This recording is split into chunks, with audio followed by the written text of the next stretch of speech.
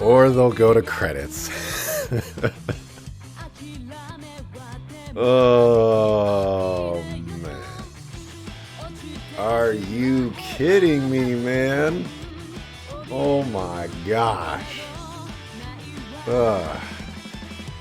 Oh man. Now that's a cliffhanger? That is a freaking cliffhanger. Yikes. Holy freaking cow. My goodness. Time to wait 3 more years? 2024. Oh my goodness. Oh my goodness. Okay.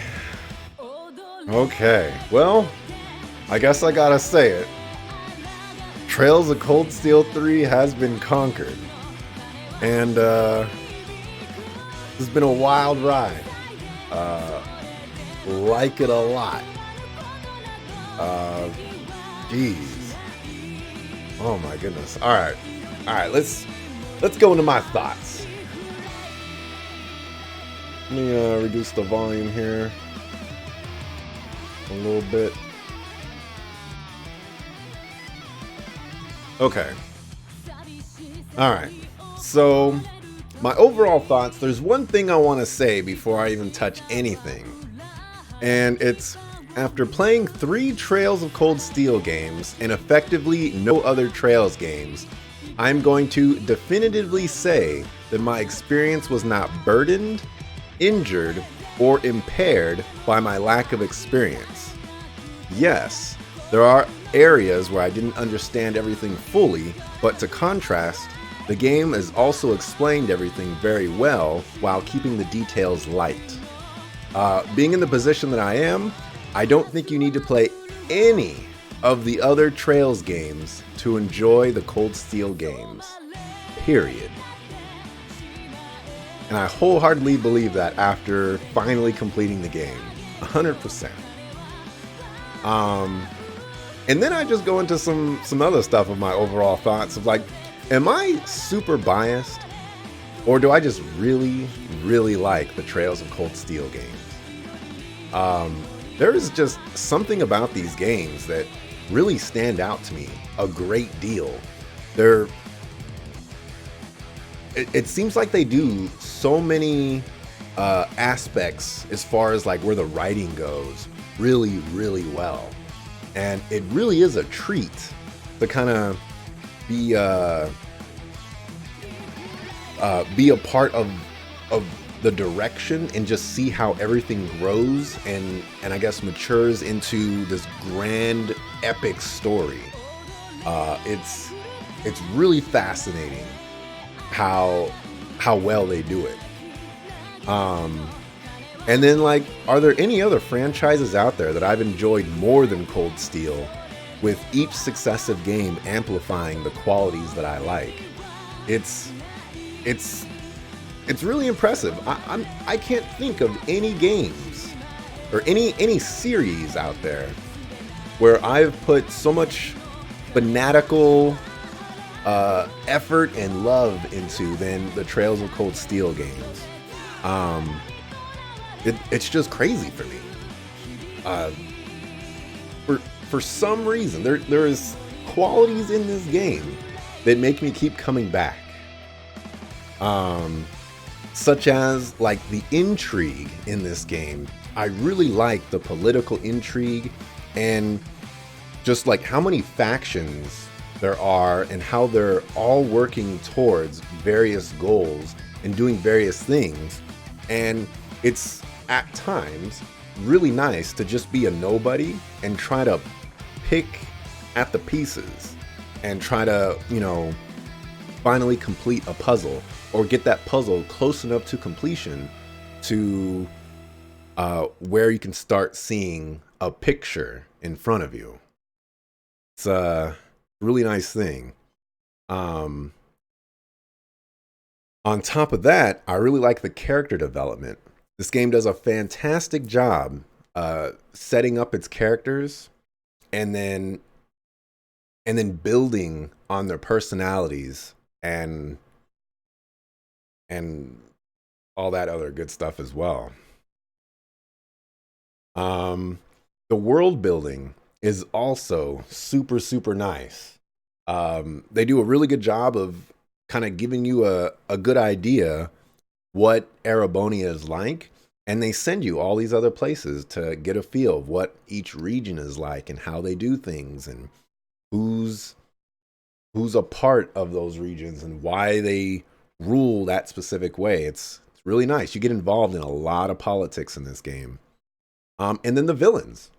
There are so many villains in in this game that I really like. Like everybody in Ouroboros, I really like. I like all of Zephyr.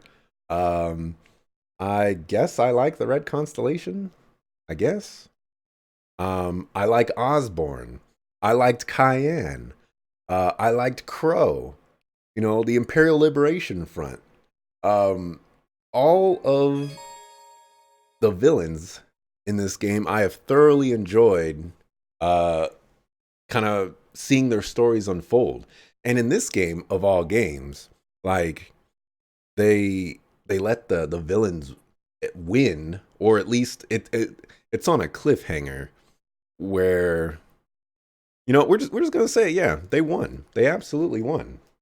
So uh really, really uh happy to see that. Um and let me see. Uh Cloakian or Closian says you take back what you said. Play the Sky and Crossbow games, then Cold Steel 4. I plan to play the other Trails games. I just don't know when. I'm hoping it'll be before Cold Steel 4. At the very least, I'm hoping to complete the original Trails in the Sky trilogy. I don't know when I'll get to the Crossbow games. I want to play like official translated versions of those. In the For the story section, was it satisfying?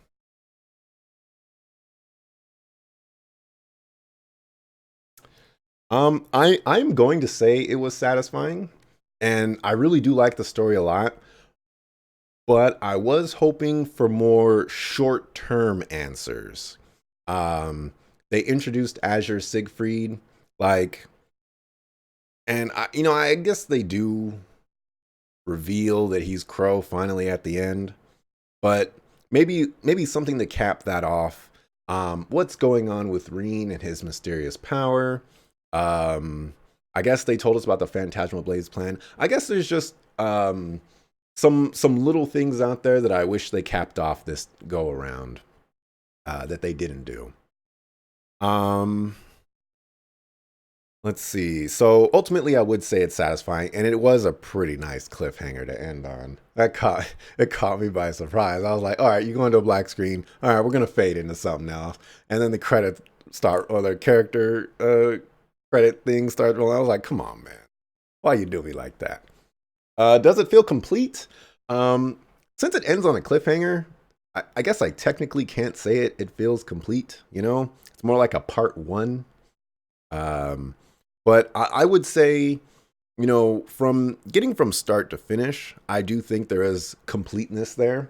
We unravel the we'll just say the broad strokes of the mystery, and uh, we get to a point where, all right, well, the mystery's kind of revealed. Now we got to wait to find out what happens next. No Trails game ever feels complete, to be honest. You know what? You might be right on that one. How was the pacing? So as with other Cold Steel games, it's kind of a complete mess. However, this game does do a much better job of adding in juicy morsels throughout the game rather than offloading them at the very end of the game. I This was a stark contrast to Trails of Cold Steel 1 and 2, where like you just kind of experience the world, you learn about the characters and things like that, and at the very end they just offload like everything on you. And in this game, they actually sprinkled in little bits of information here and there, which was a pleasant surprise. They introduced us to more characters throughout the entire experience. And so I really appreciate that they did that. Um, let's see. Thoughts on the story. Um, there were a lot of formulaic story beats in this game that uh really really got at me. For example, all right, first area, Sutherland, our first field exercise. We investigate the area, we run into the big bad guys, we fail to beat them, and then a friend Deus Ex Machinas to save the day, and the bad guys run away. Okay, that happens 3 times, uh, and it's like beat for beat exactly, and it gets kind of frustrating to to just catch on to that and be like, can you switch it up just a little bit? Can we see a different way on how to do this? So that was unfortunate. The game likes to tease its with its plot, especially when it comes to speculation from characters. They give up too easily when speculating, or when speculating is all they ever do all game. So, like, for example, just like a random made up example here. They go to a town, they see, let's just say they see Crow, and they're like, man, is that really Crow? Be like, well, he kind of has the face, he kind of has the hair, he kind of has the guns, and then Reen or someone will be like, but there's no use speculating. So let's just move on, and we'll figure it out later. It's like, bruh, we need to speculate here. If that's actually Crow, that's a big freaking deal. Like, take the evidence that you have and figure some stuff out. Come on. um I guess so I wrote this obviously before I beat the game, but Altina being a student is weird. I just don't get it.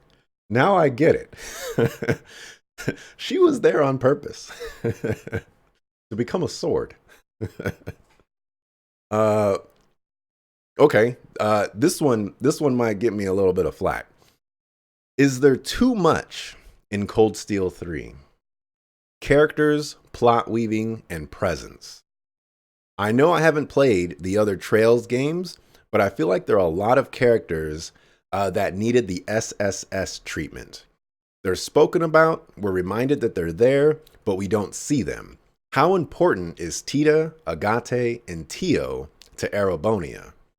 Did they have to be there when there is such a large cast of protagonists and antagonists? I tried thinking of some other characters, but those are the only 3 that really aren't from Erebonia, so I guess I can't really say anything about them. But like, there's those 3 characters specifically. There could be others.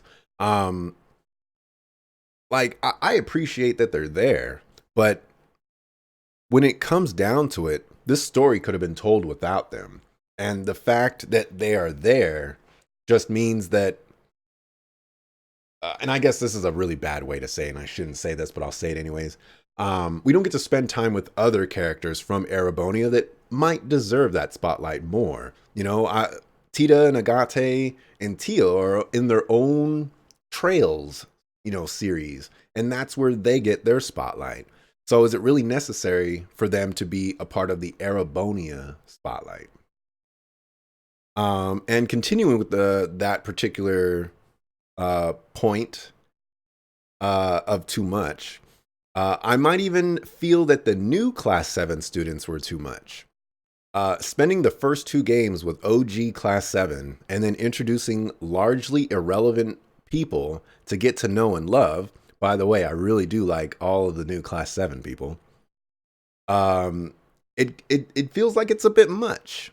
I would have liked to see Reen find these answers on his own. He could still have students, but instead of field exercises with his students, maybe he's given orders from the government, and in those areas he meets OG Class 7 and slowly starts to unravel the plot. Like I really do like the new Class 7. I think they're all fantastic characters, and I don't necessarily want them to go, but at least for the Trails of Cold Steel game, like, look at it from this perspective. It's kind of weird to spend, we'll just say 200 hours with 8 characters or 9 characters, however many people are in part of Class 7. And then you spend 100 hours with a brand new cast of people, with the OGs kind of sprinkling their way in slowly, and then they towards the second half they become more prominent. It's just kind of a weird allocation of resources in that regard. It would have felt a lot more close to home by just being Reen and having an experience with the OG Class 7 and having nothing to do with his students going on the missions with him.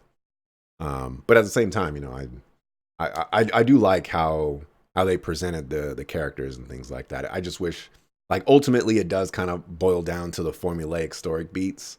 If they did those better, this particular point from me might be invalid. So, and to close on the too much points that I have, I essentially think many characters should have cameoed in Cold Steel 3, and that was it. Some characters stuck around when, unfortunately, Cold Steel to me is about Erebonia. Yes, the other regions influence it, but we're following Reenan crew. So that's basically just to cap it off. If we're following Reen in Class 7, we should stick with them from start to finish. If other people want to cameo in, great, Radiant Blade Master, let's go. If Tovo wants to stop by, cool, man. If Tio wants to say, what's up, I sent you this, cool, that's great. But they should be cameos. We need to follow our protagonist. Everyone else is ancillary, or so to speak, I suppose.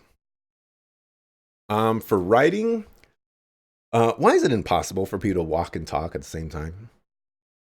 Every single time it's like, we can't stand here and talk. Let's go, everybody. And, I know it's, an obnoxious thing to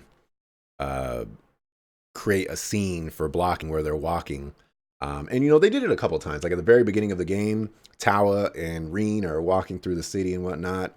And, I get it. It's not a fun thing to do when you're a game developer. But, this is a very superfluous thing to kind of point out. But, there could have been a lot of walking and talking in there. There just wasn't any. Ultimately, the writing is well done. However, the length of discussions and the vast amounts of repetition can get irritating. This is probably just a Falcom thing. If you're going to point out something, then you're just going to point it out 500 times, and it's going to be drilled into your head, and you're going to remember. Too many characters play coy. This gets on my nerves. There's no point in hiding character names or making the audience guess who X person is when they are affiliated with Y person and did Z some recognizable period of time ago all the time. Just outright say it. Like if some characters want to be coy about it, great. Like Lecter, that guy's a perfect person to be coy. He's part of the Iron Bloods. He's keeping secrets. But like if I walk up to Tio and I say, hey, who's your friends from Erebonia? And she's like, oh man, they're like really cool people. They did this and they're from Liberl. They're great bracers or whatever. Just like, hey, no. Their name is Joshua and Estelle, and they were brother and sister, and they were great friends to me. Like, boom. Stop being coy about it. For characters. Characters are very well fleshed out, sometimes too much, but it's done really well. Some characters just get they just kind of like smack you in the face with every little thing they do. Like Yuna, for example, I understand she's very pro crossspell, but I feel like I have bruises on my face for how many times Yuna has to be pro crossspell. It's like, I get it, you don't have to hit me that many times. Each character's personality is very distinct.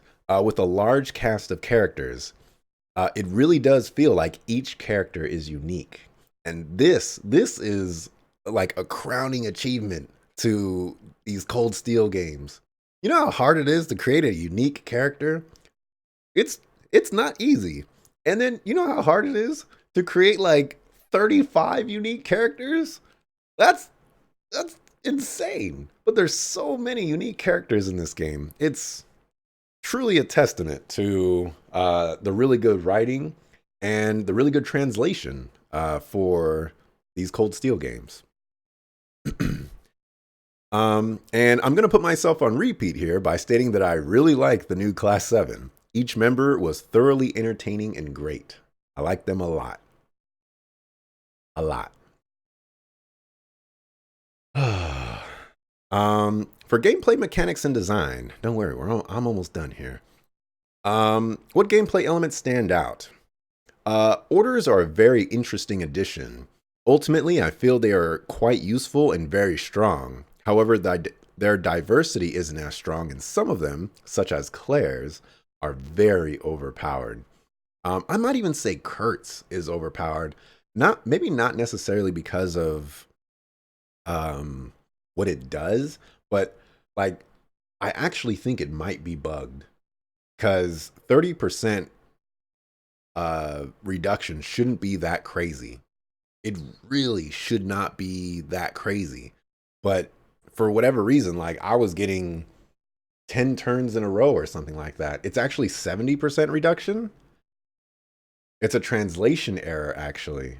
Oh, then they messed up with the cost on that. They definitely messed up with the cost. That should not be 2 BP. It's ridiculous. Oh my goodness. Um, and then even though I don't want to spend time on this, the animations in Cold Steel have always been lackluster at best. Cold Steel 3 doesn't fix any of this. However, I do find some amount of it to have some charm. Still, some animations can look and feel amateurish, and that is concerning. Um, I I really do feel like there is a specific look that Cold Steel has given itself, and I give this game a lot of leeway as far as where it goes, as far as looks and animations and things like that. But you know, something does have to be said that in in the era that we're in now in 2019 on November 2nd, you know, there aren't games, there aren't, well, yeah, I'll just say there aren't really games that have as much powerhouse as the Cold Steel games, or at least how much powerhouse I believe Cold Steel has, and look like Cold Steel, you know, and do the things that Cold Steel does with its animations and things like that. It's very rough around the edges. They could benefit a lot from either a more experienced animation team or more animators to smooth things out, make things, you know, cleaner. Maybe some Western influence. You know, who knows? Whatever. For combat, nothing stands out nothing stands out much from the previous titles, which I have no issues with. I like the combat. I like the combat in 1. I like the combat in 2, and I like the combat here.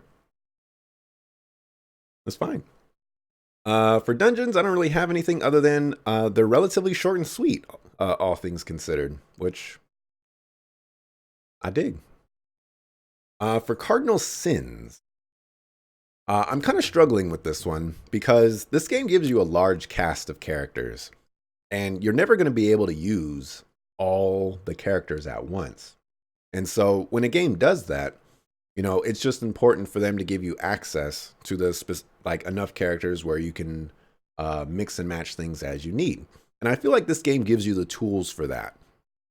But technically, it does remove key party members with the it does force the player to use certain party members, which I do have as a cardinal sin. But I'm not going to sin this game for that, just because, again, with the large cast of characters, there's always someone else that can fill the role. So I'm gonna do it like that. For the miscellaneous, under sound, the music levels in the game are much quieter than I'm used to. In many cases, I don't get to hear the music, but overall, I'd say it's solid enough. Nothing stands out to me like many tracks did in the previous two games. The music levels in this game are really, really, really quiet. I have it like two more ticks and it'd be at max. It's probably fairly nice on stream, but for me, it's really, really quiet. For voice acting, great voice acting for all of the characters. The only questionable one is Victor Arcade, who seems to be trying or seems to try being the previous actor a little bit too much. Overall, I wish more voice acting was in the game, of course. I'm of the proponent, maybe I should make this a cardinal sin actually, that if you're going to do voice acting, it should be like you voice act the entire game, you voice act all of the main story quest, or you voice act nothing. And I appreciate the voice acting that's in this game. This is like a 100-hour game, but at the end of the day, I do like there to be more voice acting than not. So there you go. For graphics, the visuals were upgraded, including the character models. I'd say overall, this is a vast improvement, even if you consider the graphics to be very outdated. Kind of touched on this earlier, but I'm really happy to actually see that all the visuals got bumped up.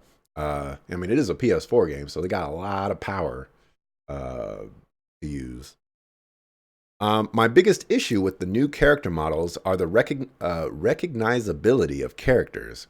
After going through two games in the series, we have to relearn who everyone is, not only because they were upgraded, but also because their models look vastly different from their previous counterparts.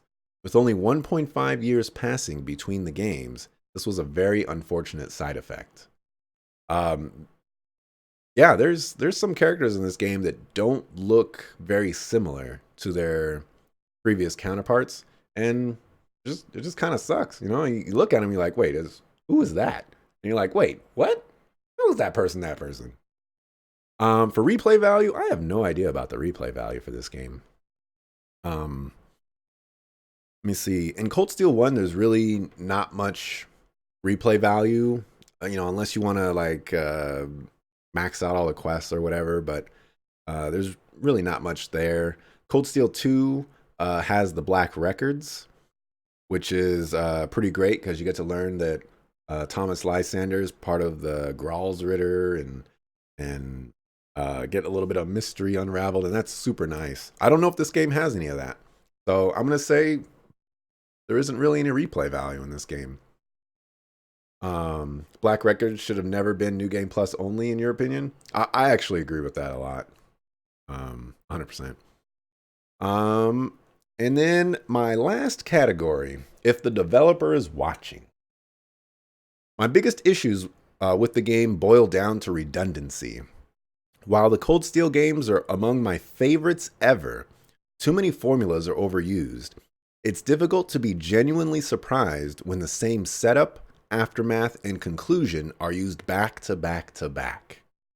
It's it is rough times, unfortunately, to experience that stuff. And while the information being given during those scenes were great, the framing of it was a big disappointment. The characters are so well done. I just have to continually praise that. I like all the I like almost all the characters, Elise excluded. And then, against all odds, I might have to say this. Shout out to NIS America. Everyone was worried, but you brought the ruckus. So thank you for delivering a great translation. 100%. Well done. And yeah, that's going to wrap it up for Trails of Cold Steel 3. Gotta wait like a million years to get Trails of Cold Steel 4. But with any luck, I'll have finished the other Trails games. And I'll be really well versed for Trails of Cold Steel 4. yeah. Well, that's going to wrap it up. Thanks for watching. Appreciate it. See you on the next video, I guess, or next stream or something. Yeah.